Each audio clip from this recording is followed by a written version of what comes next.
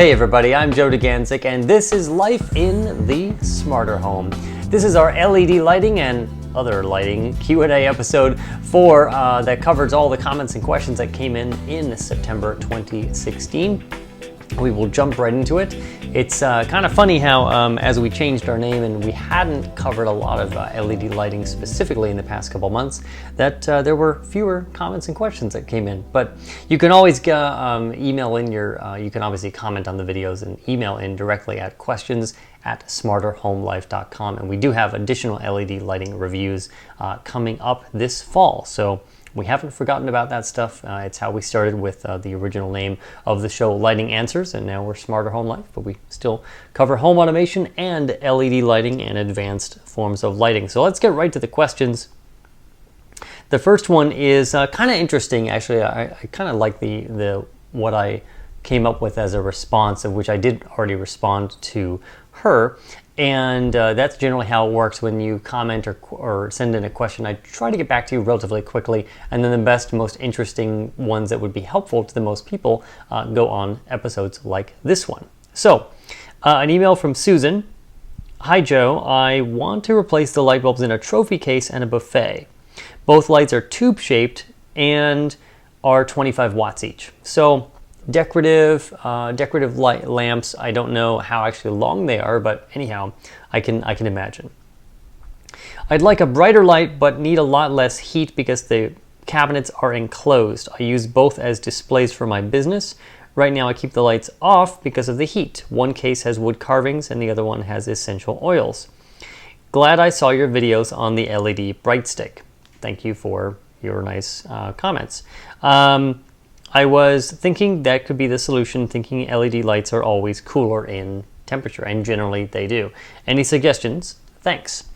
She is talking about this product. This is the GE funky looking LED light bulb called the Bright Stik. Kind of looks like a large version of chapstick. We made fun of it earlier, but last year or the year before.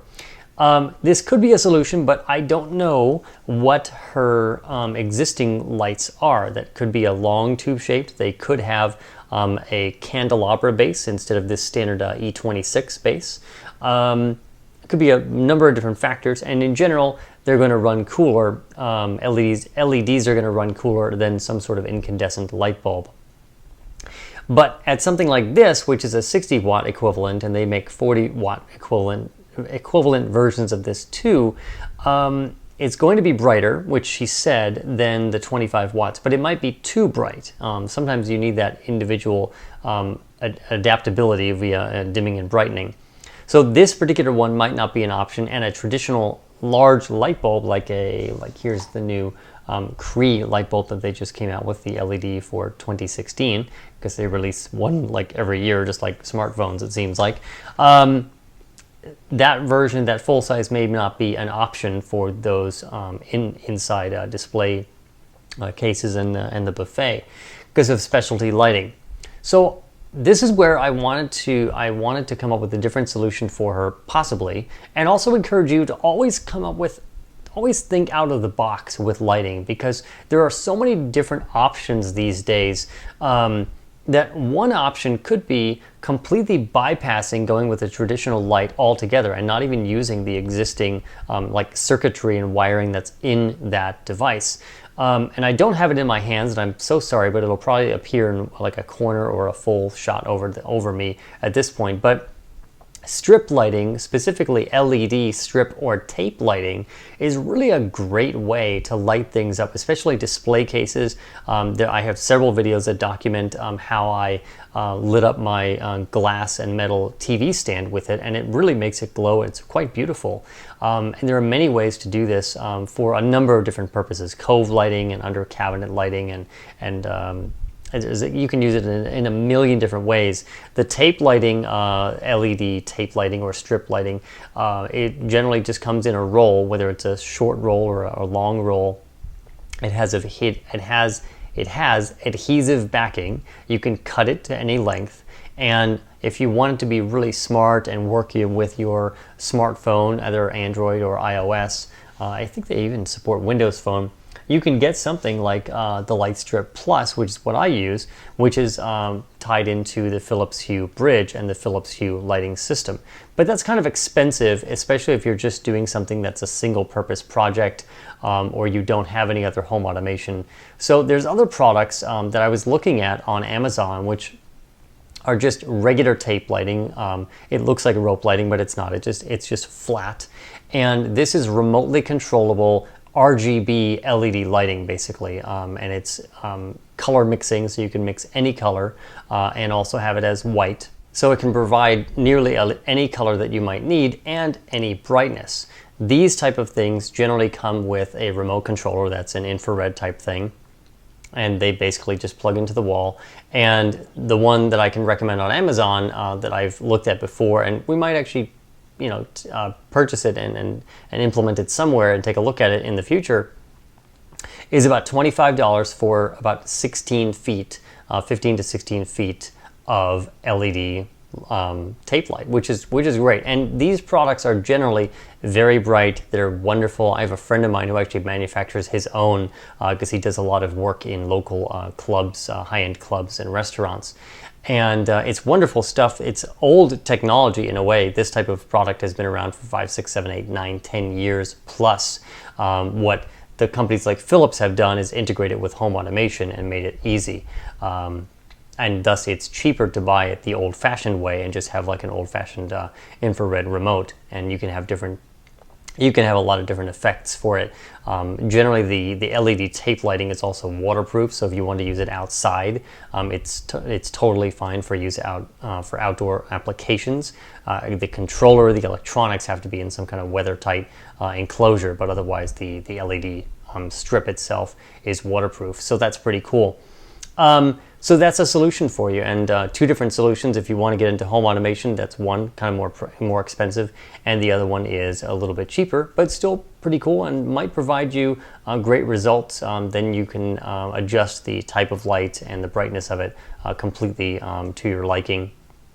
And you could use it in the top of the display case or even at the bottom to shine up on the various items that you have in those displays. So there's that, and I hope that helps you out. I'll have links for everyone else. I sent her some links, but I will have links to those products in the video description so you can see all the information about that stuff. So now we'll, before we move on to the second topic, just want to do a little commercial. It's about the show. The show is brought to you by you, the viewer. You may have watched an ad, you may have used one of our links to purchase something, and all of that helps generate a little bit of revenue to come into the show and make things possible, allow us to buy products that manufacturers don't happen to send us to review, fix aging equipment, do new cool stuff with video so we can produce professional looking results for you. And, sadly, all of that costs money. It kind of costs money to quote unquote keep the lights on every single month. So we make up the difference through Patreon. Patreon is a way that it's a service that connects people like myself, creators, with people like you, viewers, who think, that Smarter Home Life show is pretty cool. I think maybe they deserve, $1 a month. And you can literally start with literally $1 a month. And if we had that from a zillion different people, the show would be doing really, really incredible. And we want to take the show, I want to take the show, I have a long vision for it, take it really farther out to where it is, from where it is today, to really become a great source of information on all the smart home stuff and all of the LED lighting stuff and everything that surrounds making your home smarter. And to do that, we want to make sure we survive and grow and thrive. So it is the holiday season coming up. It is the season of giving. So if you, I would highly encourage you to think about putting us on your holiday list and joining us, our small but growing community, over at patreon.com/smarterhomelife. And with that, I will get off the soapbox and we'll move on. I don't even need a prompt from my phone or anything to talk about the next topic, which I'm just going to talk about briefly. I'm repeating this a little bit from our home automation Q&A episode, just so I cover all the bases. Last month was a wonderful month for video views. The iOS 10 Home app and HomeKit episode got a ton of views in a very short amount of time, so thank you for that. If you've come back to view our other episodes and you're a new subscriber, welcome aboard. A lot of people were confused. I I think what happened was they got iOS 10. Apple made some buzz about the home automation stuff, but they didn't really explain it necessarily that well for people who may have missed the keynote or didn't explore the entire Apple website. So they got their iPhone and it was updated, and they tapped on the home app, opened that up, and were like, oh, this is great. Can I use it to control my lights? And they're probably aiming it at lights and things, and nothing's working, nothing's happening. So they go to YouTube naturally, and they look up information and videos about that topic. They find mine and start asking questions. So if I wasn't completely clear, I will try to clear things up about HomeKit and iOS 10 and the Home app and what works and what doesn't. So for specifically keeping it in the lighting world, right now there are no individual standalone bulbs, sadly, that allow you to control them with just your iPhone, your iPod Touch, your iPad, something that runs iOS, a recent version of iOS. HomeKit came out in iOS 8, but it was kind of limited. So iOS 10 is the best one, it's got the most functionality, but there are no light bulbs out there right now that support it natively. You have to link them up with some sort of a hub, a bridge, a starter kit, or something. There is some promise, there is some discussion from one or two bulbs that are out there, but no one has absolutely said and committed to a date saying, boom, it will be compatible with HomeKit, everything will be good to go, and so forth. The only company that's really said anything is LifeX, and that company makes a standalone Wi-Fi based LED bulb that changes color and all kinds of cool stuff. In fact, here's a link to it, to our recent review about it. But they're not certified for HomeKit. So you could get the bulb and you could control it with your phone, but you can't do all the HomeKit stuff with the bulb. So anyhow, you can control light bulbs via HomeKit, but you have to get some sort of kit to get started. Or you could do it standalone. So let me give you 3 different options. Option number 1 is you've got existing lights, you want to control them, and you don't mind spending some money on a starter kit. You could get something like an Insteon starter kit or a Lutron. And I've got more Lutron stuff here so I can actually show you. We'll be talking more about Insteon. Insteon is really a great lighting control and home automation control technology. We'll talk about more about that this fall. This is the Lutron system. It's the Lutron Caseta system, and it has a little hub. This is what talks to your iPhone, and this guy talks on a proprietary language to this guy and other Lutron Caseta devices that allow you to control things, your lights, appliances, shades, and things like that. So that's option 1. And in fact, I have it here. This is what an Insteon module looks like. Most of these modules are white or gray, and they look very sleek and futuristic, and they blend in with your home's environment on most occasions. So that's option 1. You get a starter kit, you buy some stuff, it's HomeKit compatible, it'll say that, it'll have a logo that says works with HomeKit, and then you can hook it up to your iPhone, your iOS device, and you're all good to go. And you don't have to replace your light bulbs or your stuff. You can control it with this thing. Option 2 is you don't want to buy a starter pack, you don't care about dimming, you just want to turn things on and off. And for some people, that's good enough. An upcoming review that we're going to do is on this thing, the iDevices switch. And there are multiple products like this that are on the market that do not require you to purchase a hub or a switch or a bridge.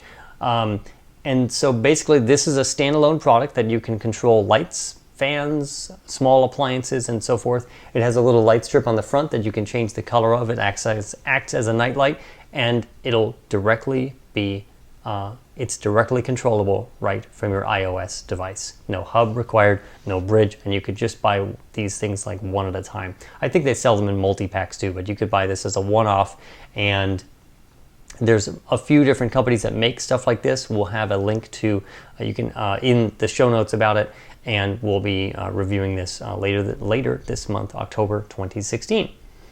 Option 3 is you want all the cool stuff that you've heard about, the color changing light bulbs, the color temperature changing so you can be alert sometimes or you can be sleepy sometimes.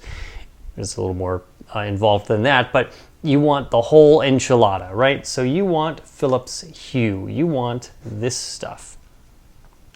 This guy is the one that actually is HomeKit compatible and talks to your phone, but this guy talks on a certain language to little guys like this guy, the Philips Hue bulbs. So these guys have their own language, and this guy can speak the language of HomeKit back to your iOS device. This particular starter kit that I have in my hand with one additional bulb is about $70.